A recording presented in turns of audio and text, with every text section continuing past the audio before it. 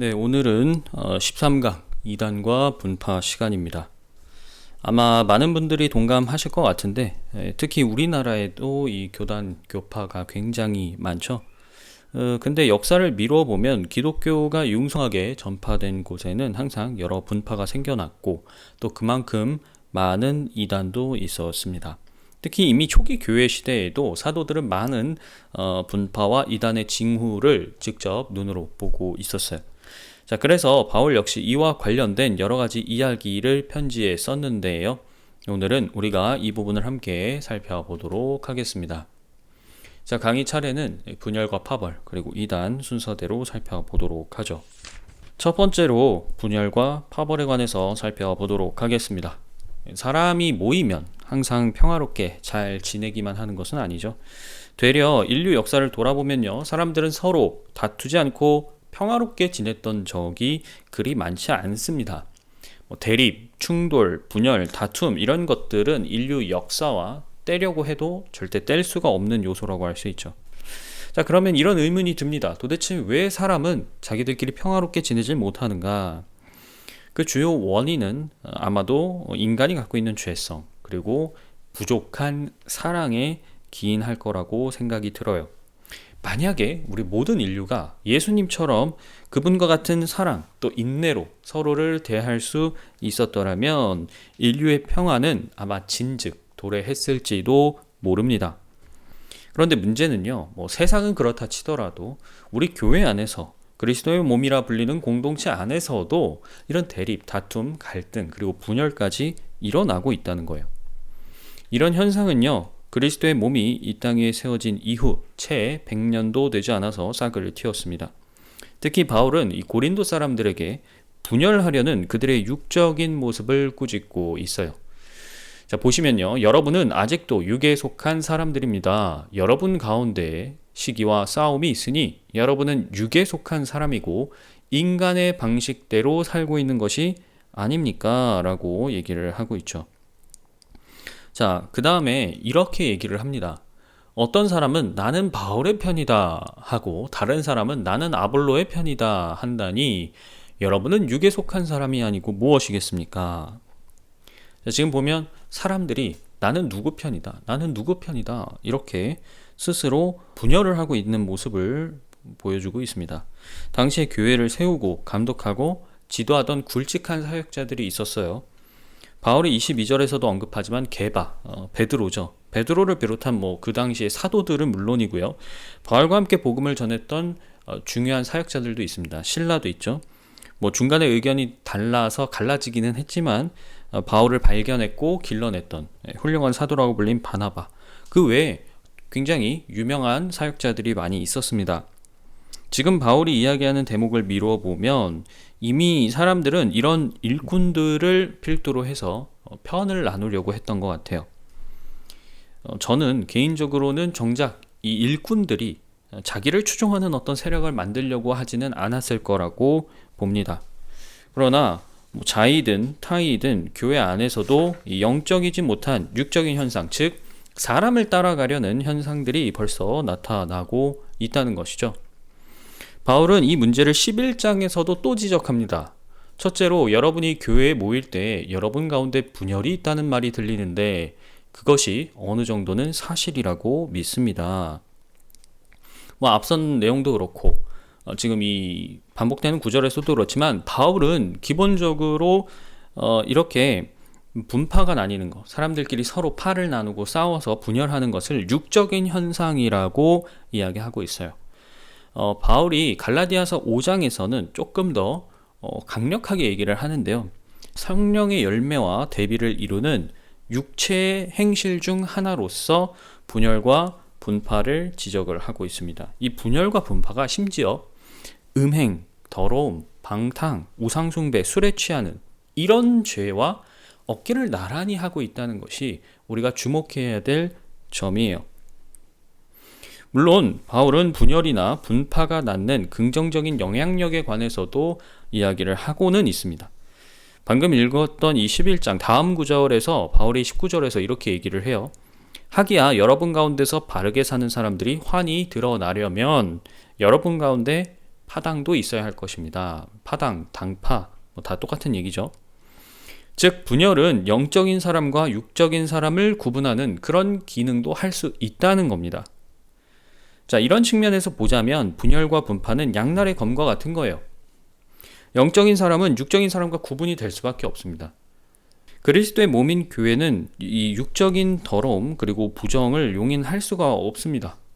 그러니까 육적인 사람들이 자신들의 그 육적인 생각들을 버리고 마음을 버리고 그리스도께 순종하지 않는다면 분열, 분파는 사실상 어쩔 수 없이 나타날 수밖에 없는 자동적인 현상이고 결과물이다라고 생각해 볼 수 있을 것입니다. 자, 그래서 교회 안에서 분열이 일어나는 것은 사실상 어쩔 수 없는, 피할 수 없는 결과라고도 얘기할 수 있어요. 예수님이 유대인들에게 말씀하셨을 때도 이미 그런 일들이 비일비재하게 일어났습니다. 예수님의 말씀을 들은 사람들은요, 서로 갈라져서 다투기 일쑤였어요. 어떤 사람은 예수님을 가리켜서 저분이 모세가 말한 바로 그 선지자야 이렇게 얘기를 했지만 다른 누군가는 그렇지 않다면서 서로 계속 싸웠거든요. 말씀이 들어가니까 그 말씀을 받아들이는 사람과 받아들이지 않는 사람으로 분명히 구분이 되는 것이죠. 히브리서 4장 12절 말씀처럼 하나님의 말씀은 사람의 마음속 생각과 의도를 밝혀냅니다. 그래서 그리스도인이 모일 때도 마찬가지예요. 우린 항상 말씀을 중심으로 모이잖아요. 그러면 그 말씀에 순종하는 사람과 순종하지 않는 사람, 다른 말로 해서 영적인 사람과 육적인 사람이 구별이 될 수밖에 없는 것이고, 예를 들어서 영적인 사람들이 분파를 만들 생각이 없어요. 그렇다 하더라도 육적인 사람들이 순종하지 않게 되면 그들이 주도해서 분파가 생길 수밖에 없는 가능성은 굉장히 높아진다는 것이죠. 우리가 살펴본 고린도전서에는 1장 그리고 3장, 11장, 그러니까 편지 전체 앞, 중간, 뒤로 나눠서 이 분열 그리고 연합에 대해서 여러 번 얘기를 하고 있습니다. 보시면 고린도전서 1장 10절에서 바울이 여러분은 모두 같은 말을 하며 여러분 가운데 분열이 없도록 하며 같은 마음과 같은 생각으로 뭉치십시오라고 얘기를 하죠. 그러면 우리가 그리스도인으로서 이 진술을 읽을 때 고민을 해봐야 됩니다. 이미 기독교 역사를 우리가 공부해서 알고 있죠. 그리고 여러분의 개인의 신앙생활을 통해서도 이미 수많은 분열에 대해서 보았고 들었고 혹은 직접 경험하셨을 겁니다. 자, 그러면 우리가 같은 하나님, 같은 예수님, 같은 성령님을 믿고 따른다고 이야기하는데도 이렇게 많이 갈라지고 같은 마음과 뜻으로 모이지를 못하니까 손을 놓고 포기해버리는 것이 맞을까요? 우리가 손 쓸 수 없는 부분들은 우리가 당연히 할 수 없겠지만 저는 적어도 지금 모이고 있는 우리 공동체를 위해서라도 이 주제는 깊이 들여다보고 교훈을 얻어야 한다고 생각을 합니다. 분열을 막을 수 있는 유일한 해결책은 아까 본 이 구절처럼 같은 말을 하고 같은 마음, 같은 생각으로 똘똘 뭉치는 거예요. 우리가 물어야 될 질문은 그럼 여기서 무엇이 같느냐라는 것이죠. 왜냐하면 육적인 사람끼리도 서로 같은 말, 같은 마음, 같은 생각으로 뭉칠 수가 있습니다. 그러면 우리가 육적인 사람과 다르게 영적인 그 무언가의 공통성을 이해해야 된다는 얘기예요. 바울은 그것이 바로 우리 각자 안에 거하시고 또 이 교회를 유기체로서 살리시는 성령이라고 얘기를 하고 있습니다. 에베소서 4장 3절에 성령이 여러분을 평화의 띠로 묶어서 하나가 되게 해주신 것을 힘써 지키십시오 라고 이야기하고 있죠. 성령님은 아들의 영, 그리스도의 영이라고 불리시잖아요. 그분은 바로 우리의 보증이십니다. 우리가 하나님의 자녀다, 우리가 그분의 상속자이다 라는 보증이죠. 사실 우리는 다 다를 수밖에 없습니다. 생김새도 다르죠. 유전자로도 보면 다릅니다. 가정도 다르고 심지어 전 세계를 놓고 보자면 언어, 국적, 인종도도 달라요. 성격도 물론이거니와 관심사나 타고난 기질, 갖고 있는 재능도 다 다릅니다. 그러니까 결과적으로는 마음도 다르고요, 자세도 다르고 생각도 다르고 의견도 다를 수밖에 없어요. 인간 60억 명을 모아두어도 그 60억 명은 같은 사람이 없습니다. 전부 다 달라요. 그런데 교회의 본질인 그리스도의 몸은 성령님을 받은 모든 사람을 하나의 몸으로 만드시잖아요. 그러면 우리는 하나님의 어떤 의도와 능력을 추론할 수 있겠습니까? 오직 바로 이 성령님을 통해서 우리가 서로의 다름을 극복할 수 있겠구나 라는 사실을 통찰할 수 있다는 겁니다. 그래서 우리가 말하고 생각하고 마음에 품어야 할 같음이라는 것은 결국에는 성령님이라고 결론을 내릴 수 있어요. 이걸 거꾸로 생각하면 무슨 말이 되겠습니까? 우리 중에 누구 한 명이라도 성령님께 순종하지 않는 순간 갈등은 피할 수가 없어요. 그리고 이것을 극복해내지 못한다면 우리 공동체 역시도 분열은 피할 수 없는 결과로 이어질 수밖에 없다는 것입니다. 자, 이제 우리가 다른 성도들을 대하고 그들을 위해서 기도하고 섬길 때 우리가 서로 사랑해야 된다라는 계명이 성령님께 복종하는 것과 때려야 뗄 수 없음을 유념해야 돼요. 성령님께 복종하면서 우리가 서로 사랑하지 않을 수 없고요. 서로 사랑하면서 성령님께 복종하지 않는 이런 현상은 불가능합니다. 하나님을 사랑하면요, 자기 이웃을 사랑해야 돼요. 하게 되어 있고요. 그리고 이웃을 사랑한다면서 이웃에게 해를 끼친다거나 악을 행해서도 안 되겠죠. 그러니까 우리가 이웃을 사랑하려면 당연히 하나님의 사랑에 순종을 해야 합니다. 그러므로 우리가 이 부분에 있어서 분열과 분파에 관해서 바울의 가르침을 항상 마음에 담아 두어야 돼요. 우리는 같은 것을 붙들어야 됩니다. 그리스도를 말해야 돼요. 아버지의 뜻을 생각해야 돼요. 그리고 그분의 나라를 마음에 품어야 합니다. 이것이 우리가 서로 갈라지지 않고 한 몸으로서 아버지의 기쁜 뜻을 온전히 이뤄낼 수 있는 비결이라고 다시 한번 강조를 드리겠습니다. 두 번째는요, 이단에 대해서 살펴보도록 하겠습니다. 아마 2부에서 제가 잠깐 말씀드리긴 했었는데 이단이라는 말 뜻을 보면 그 의미는 끝이 다르다는 뜻입니다. 그러니까 처음에는 같은 지점에서 출발을 했어요. 그런데 나중에 가보니까 서로 다른 결론에 이르렀다. 이런 무리를 우리가 이단이라고 부른다는 것이죠. 그래서 사실 이단이라고 생각하는 대부분의 파벌은 이 분파에서 시작한 사례가 많습니다. 그리고 이단에 대한 규정이나 기준은요, 사람마다 달라요. 교회마다 다르고 교단마다 차이가 큽니다. 그리고 이것은 제가 개인적으로 보기에는 국가나 사회적 혹은 문화적인 맥락에 의해서 결정되는 혹은 영향을 받는 부분도 큰 것 같아요. 일례로 우리나라에서는 대부분 저긴 이단이야 라고 지정한 어떤 단체들이 미국 같은 나라에서는 또 이단으로 보지 않는 경우가 있습니다. 여러 이유가 있을 수 있겠지만 미국은 우리나라에 비해서 워낙 기괴한 이단이나 사이비 집단들이 많잖아요. 저 정도 극단적으로 보이는 파들은 미국의 입장에서는 귀여운 정도로 보일 수도 있지 않을까. 그래서 이런 차이가 발생하는 것이 아닐까 개인적으로 생각을 해봅니다. 늘 그렇지만 우리가 이단에 관해서도 주목해야 될 내용은 결국에는 성경에 있습니다. 성경 역시 이단에 관해서 언급을 하고 있는데 성경에서도 우리가 확인할 수 있는 점은 이단이라는 것이 상대적이다라는 것이죠. 예를 들어서 유대교의 입장에서 예수님과 그분을 따르는 우리는 이단입니다. 바울이 이 펠릭스 앞에서 재판을 받을 때 보면 당시 바울을 고소한 유대인 측 변호사가 바울을 나사렛 도당 혹은 이단의 두목이라고 언급을 해요. 바울 역시 변호할 때 그들이 유대인들이죠. 그들이 이단이라고 하는 그 도를 따라라고 말하기도 해요. 그러니까 이단이라는 게 뭐예요? 어떤 한 집단에서 봤을 때 그들의 교리, 그들의 기준, 그들의 전통에 부합하지 않는 또 다른 집단을 가리킨다는 겁니다. 그래서 이 웃긴 상황이 벌어져요. 서로가 서로를 이단이라고 손가락질하는 그런 상황이 발생한다는 것이죠. 물론 이단이 이런 상대적인 특성이 있다고 해서 우리에게 이단이 아니냐라고 말한다면 그건 또 아니죠. 자, 그렇다면 우리는 도대체 어떤 기준으로 이단을 판단해야 될까요?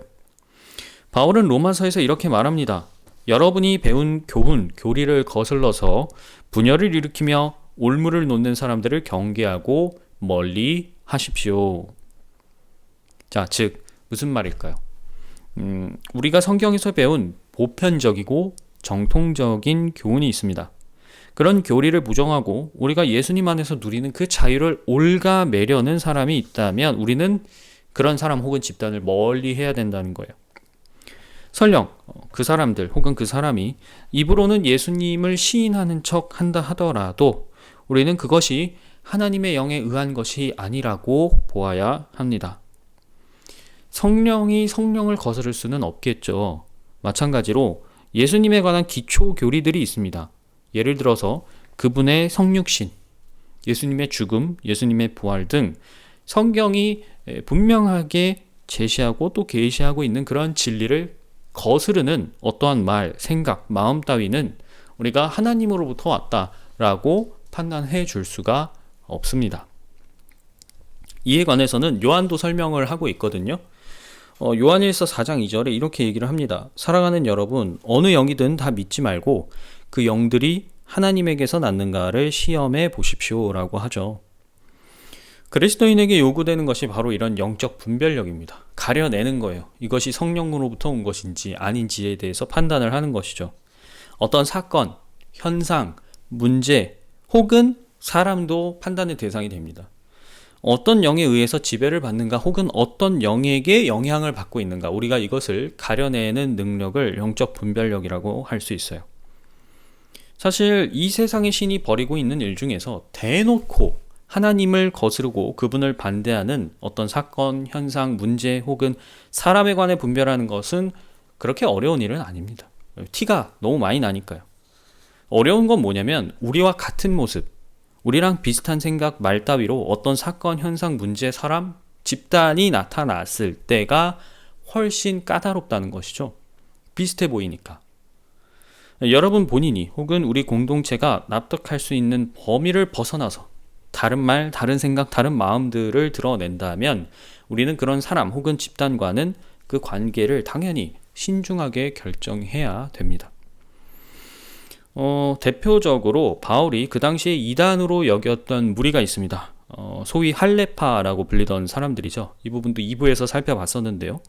그들은 예수님을 믿더라도 할례를 받고 모세의 율법을 지켜야 구원을 받는다라고 주장을 했던 사람들입니다.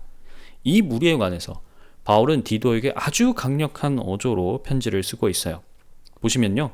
복종하지 아니하며 헛된 말을 하며 속이는 사람이 많이 있는데 특히 할례를 받은 사람 가운데 많이 있습니다. 그들의 입을 막아야 합니다. 그들은 부정한 이득을 얻으려고 가르쳐서는 안 되는 것을 가르치면서 가정들을 온통 뒤엎습니다. 라고 이야기하고 있죠.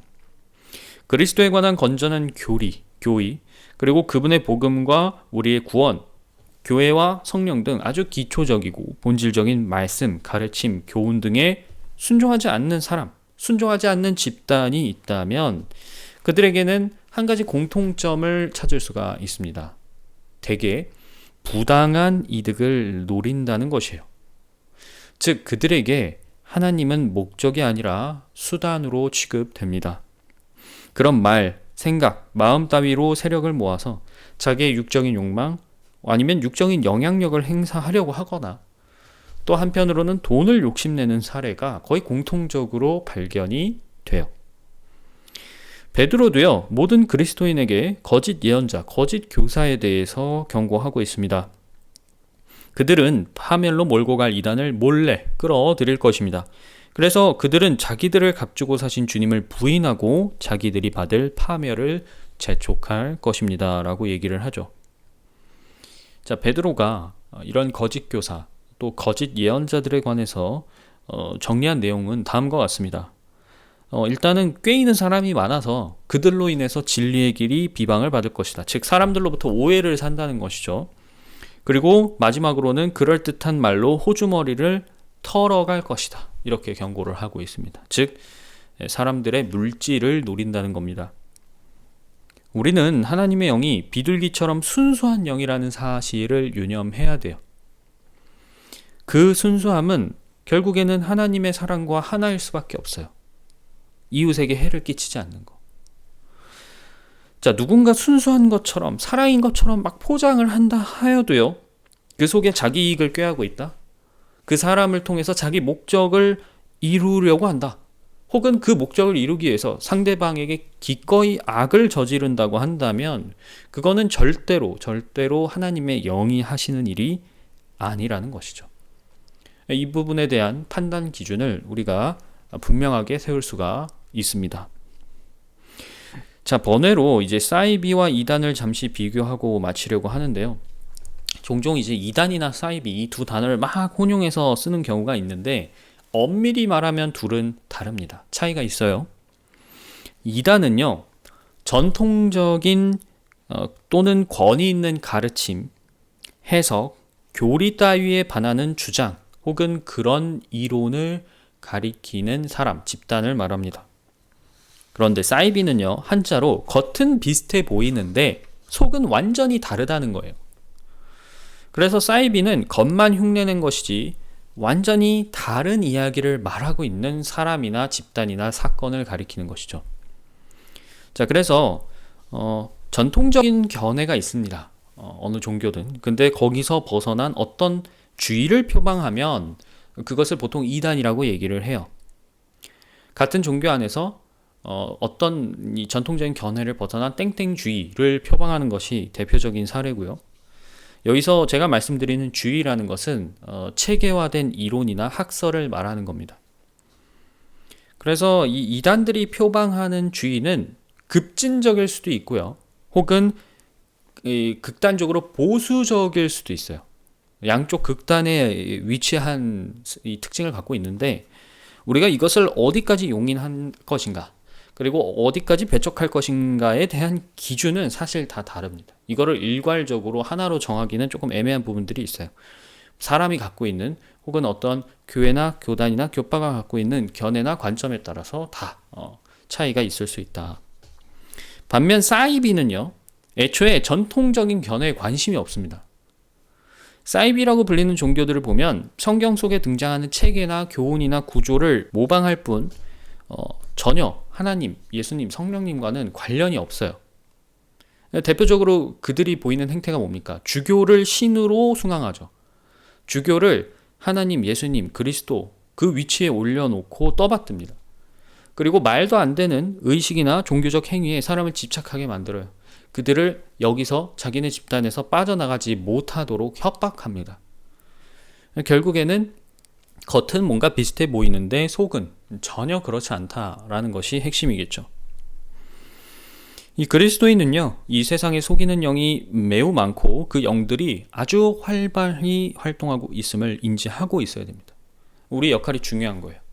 그리스도인 한 명 한 명이 그리스도의 빛을 비추지 못하는 만큼 어둠의 세력이 그 틈을 파고들어 기세를 잡을 수 있는 그러한 여지를 남겨주는 것입니다.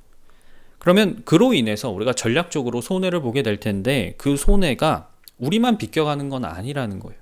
우리도 틈을 주는 만큼 우리에게도 당연히 부정적인 영향을 끼칠 수밖에 없다라는 사실을 기억해야 됩니다. 자, 오늘은 이렇게 바울의 편지에서 이단과 분파에 관해서 살펴봤는데요. 요약해서 정리하면 이렇습니다. 첫 번째, 교회의 분열 그리고 분파는 그리스도인이 육적일 때 발생한다는 것이고요. 두 번째는 분열을 피할 수 없는 상황이라면 우리는 항상 영적인 편에 서야 되는 것입니다. 그리스도와 성령 안에서 같은 말, 같은 마음, 같은 생각으로 연합하는 것이 핵심이다. 세 번째, 이단은 전통적인 해석, 이론, 체계를 거스르는 주장이다. 네 번째, 이단의 범주를 너무 좁히면 교파주의가 됩니다. 자기네 교파 혹은 자기네가 믿는 그것 외에 벗어나는 모든 곳은 다 이단이라고 말을 하게 되겠죠. 그 다음에 반대로 이단의 범주를 너무 넓게 잡으면 타협이 됩니다. 그래서 우리가 이 점에 있어서 균형을 찾는 것이 중요하다, 이렇게 말씀드릴 수 있겠네요. 자, 벌써 이 다음 시간이 바울의 편지 마지막 강의가 되는데요. 마지막 시간에는 교회의 미래에 관한 바울의 가르침을 살펴보면서 전체 강좌를 마무리하도록 하겠습니다.